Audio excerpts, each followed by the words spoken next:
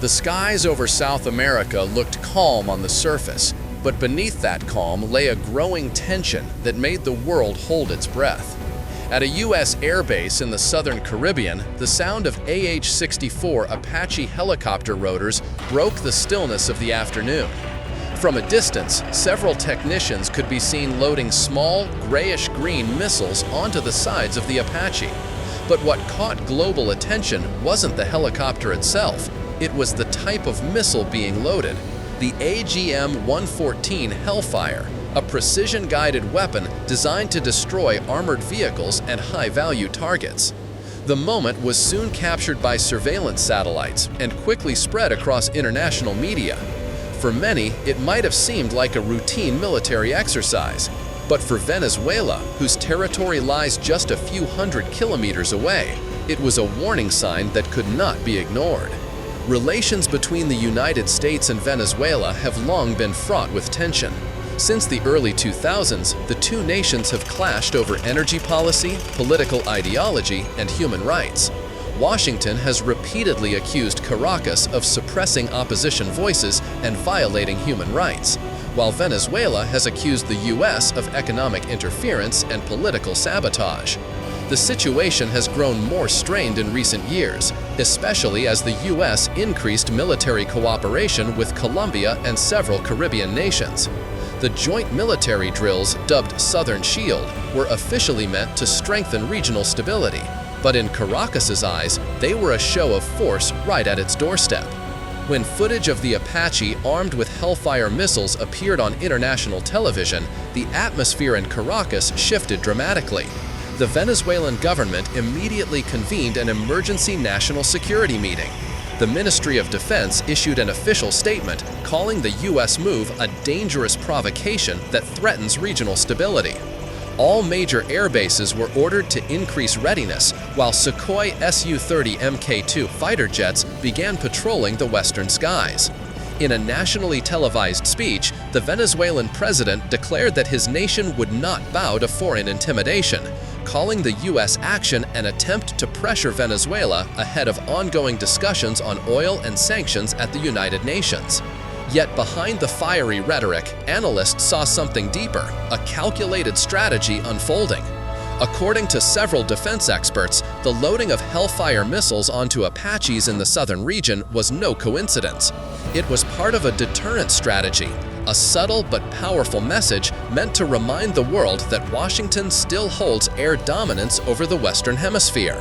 The U.S. was not just addressing Venezuela, it was sending a broader message to nations like Cuba and Nicaragua, and even to global powers such as Russia and China, which have been deepening their ties with Caracas. The Apache itself is not just another combat helicopter. Capable of carrying up to 16 Hellfire missiles, equipped with advanced radar and laser targeting systems, it can strike targets more than 8 kilometers away. In every conflict where it has appeared, from Iraq to Afghanistan and Syria, the Apache Hellfire combination has proven fast, precise, and deadly. That's why, when Apaches were seen armed and active near the airspace of South America, the underlying message was unmistakable. The United States was flexing its muscle, reminding everyone who controls the skies. Unwilling to appear weak, Venezuela announced a rapid response air operation called Escudo del Sur, the Southern Shield. Dozens of fighter jets were scrambled for patrols across the southwestern skies, air defense radars were activated, and anti-aircraft artillery units were placed on high alert. Local media showed clips of Air Force personnel preparing on the runways, their faces filled with determination.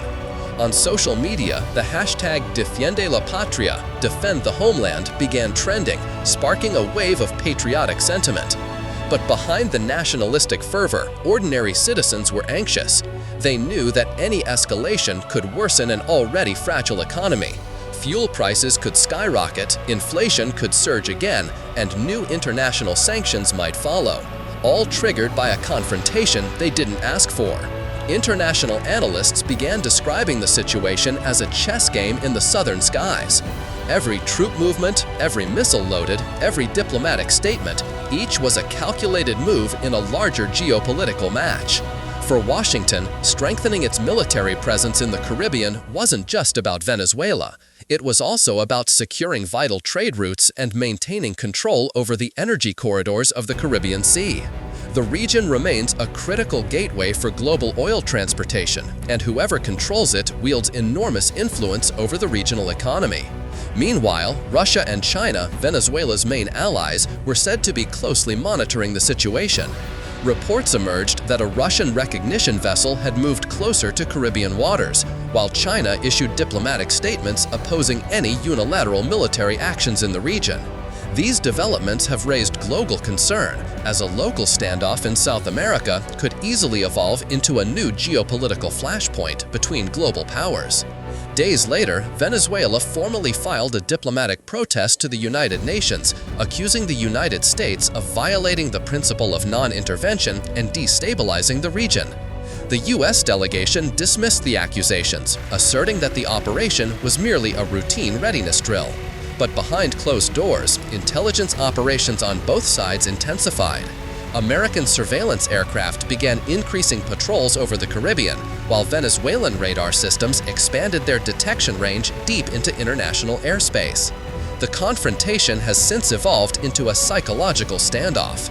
No shots have been fired, but the pressure and suspicion continue to build. The U.S. understands that it doesn't need to fire a single missile to send a message.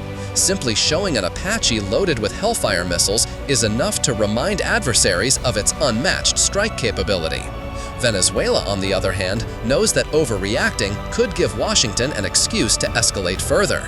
Both sides now find themselves trapped in a high-stakes game where one wrong move could trigger disaster. As the world watches, a question looms large.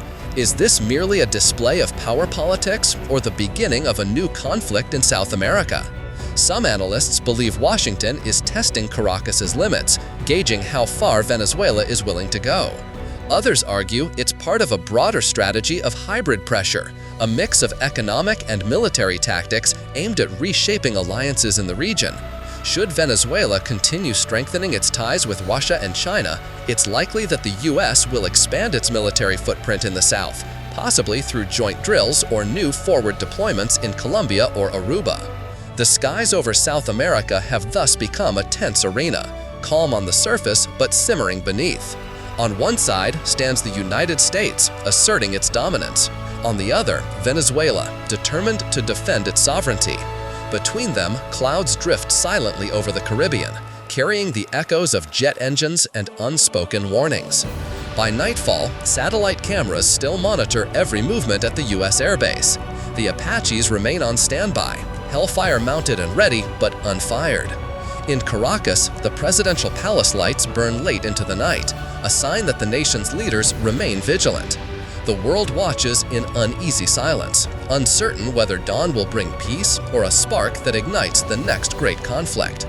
Because in global politics, the loading of a single missile can sometimes mark the beginning of a storm that has yet to break.